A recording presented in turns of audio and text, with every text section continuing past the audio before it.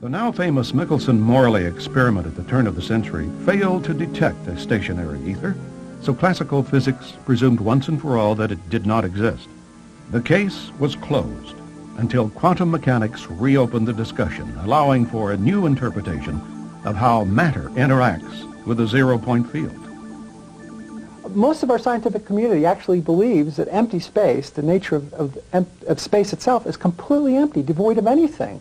And historically, it's very interesting because in the 1800s and even earlier, they believed there was an ether, an all-pervading substance filling up space. And in 1905, when relativity theory became very popular, they said, well, we don't need this ether. Empty space is empty.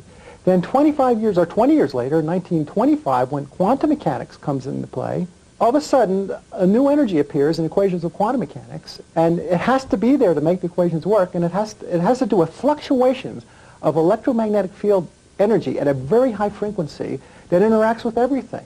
And they called this the zero-point energy, and it turns out that all the elementary particles interact with this energy, and it becomes a potential energy source. That's what we're discovering today. Well, free energy is basically, and another word for it is zero-point energy. It's energy that is contained within the vacuum of space and which is virtually undetectable by any traditional means. In fact, the energy is homogeneous and isotropic, the same everywhere, the same in all directions. And because of that, it's trying to extract it or measure it is sort of like the problem of trying to weigh a beaker of water underneath the surface of the ocean. What do you measure with respect to what? And that's been the physicist's dilemma, and we've gone down one very large cul-de-sac this century.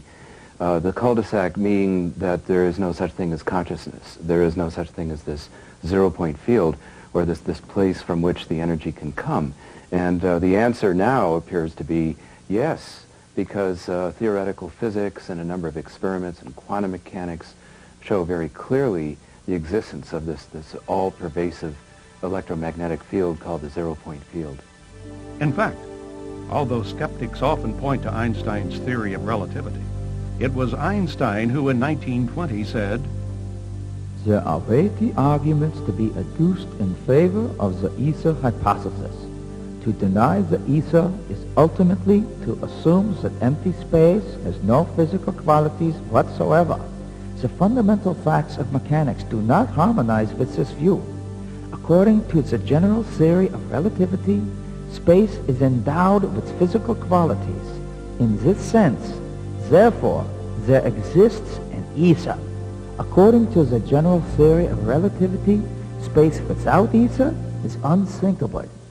The term vacuum has been used in several totally different senses. Some engineers use it to mean you just pump out all the air and that's called a vacuum, and that's vacuum technology. That's not what we're talking about. We're talking about empty space-time. We know today, for example, the Lamb shift in quantum mechanics showed that this exchange of energy between the vacuum and the charged particles is in fact real and generates real effects. And you can measure it, and he was given the Nobel Prize, Lamb was, for doing that kind of measurement and showing it in the physics literature. So we know it's real. Experimentally it's detected. The Casimir shift, for example, shows clearly that it's there, and it does generate energetic effects in your actual materials. It turns out that in the modern view, the modern quantum mechanical view, if you apply that knowledge that's been gained there, what you find is that the vacuum is fiercely active. It's a fierce energy flux and going in all directions at all times. The energy density of that, as estimated by various physicists, is extremely high. For example, in 1 cubic centimeter, if you could take the raw energy in that cubic centimeter and condense it into mass, divided by c squared, you would have more observable mass result from that than our largest telescope can see in the observable universe and all the stars and planets today. And so the energy that's there is extremely dense and extremely fierce. This drives everything that we call physical reality, from the quantum level right on up to the observed level and the observed world that we live in. Everything is energetically driven by the vacuum.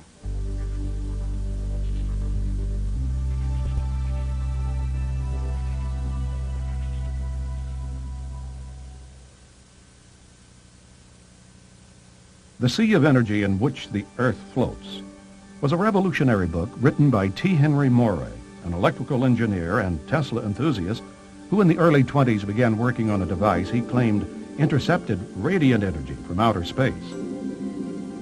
His solid-state detector, the Moray valve, was designed with a complex series of semiconductors, high-voltage capacitors, and transformers hooked up to an antenna and a ground wire.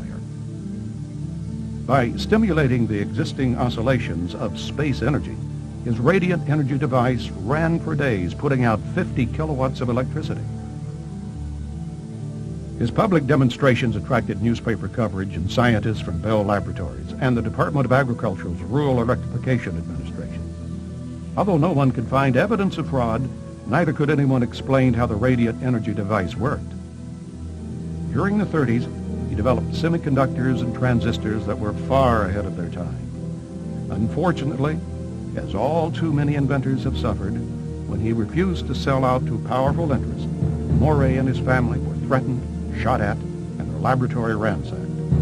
Ignored by the U.S. Patent Office, Moray quietly stopped public disclosure of the device after it was destroyed by his assistant, Felix Frazier, a communist sympathizer who was frustrated when Moray declined his repeated offers to take that technology to Russia. Today, Moray's sons, John and Richard, continue to pursue their father's dream. In Europe, Victor Schauberger's vortex experiments during the 1930s resulted in an advanced understanding of how the spiraling motions inherent in all natural systems reverse the effects of entropy. By studying the properties of inwardly spiraling water, he created an implosion generator that concentrated electrical charge.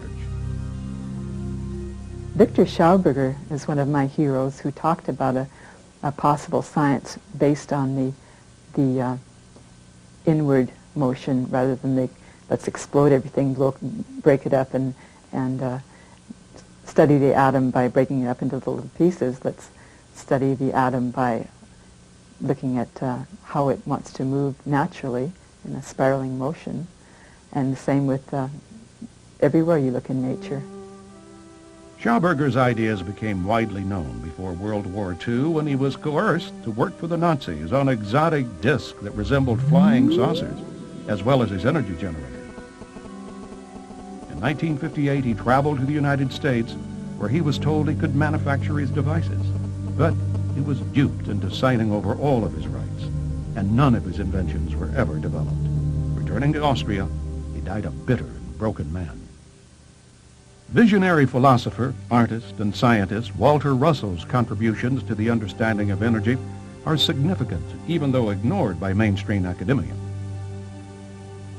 Russell's revised periodical table of the elements, based on a spiral, predicted many unknown elements and isotopes like plutonium and deuterium. His cosmological theories about the mystical nature of reality challenged physicists to think in terms of energy, light, and matter as one substance.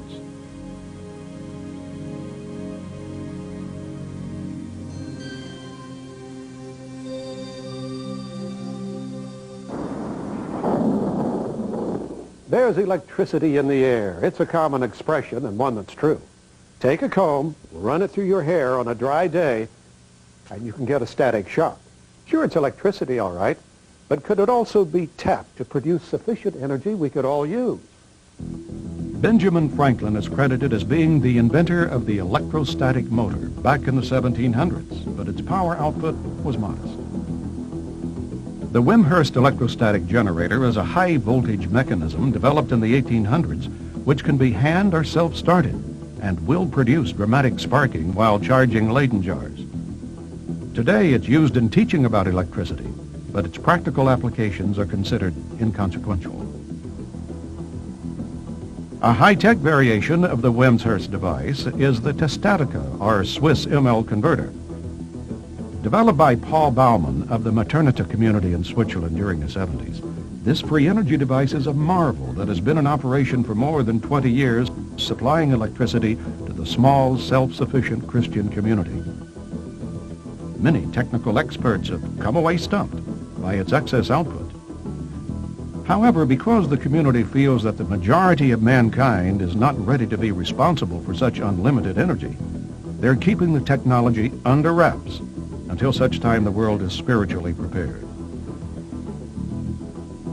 Other researchers, like Dr. Oleg Jefemenko, continue to pursue real-world applications for harnessing the electrostatic motor.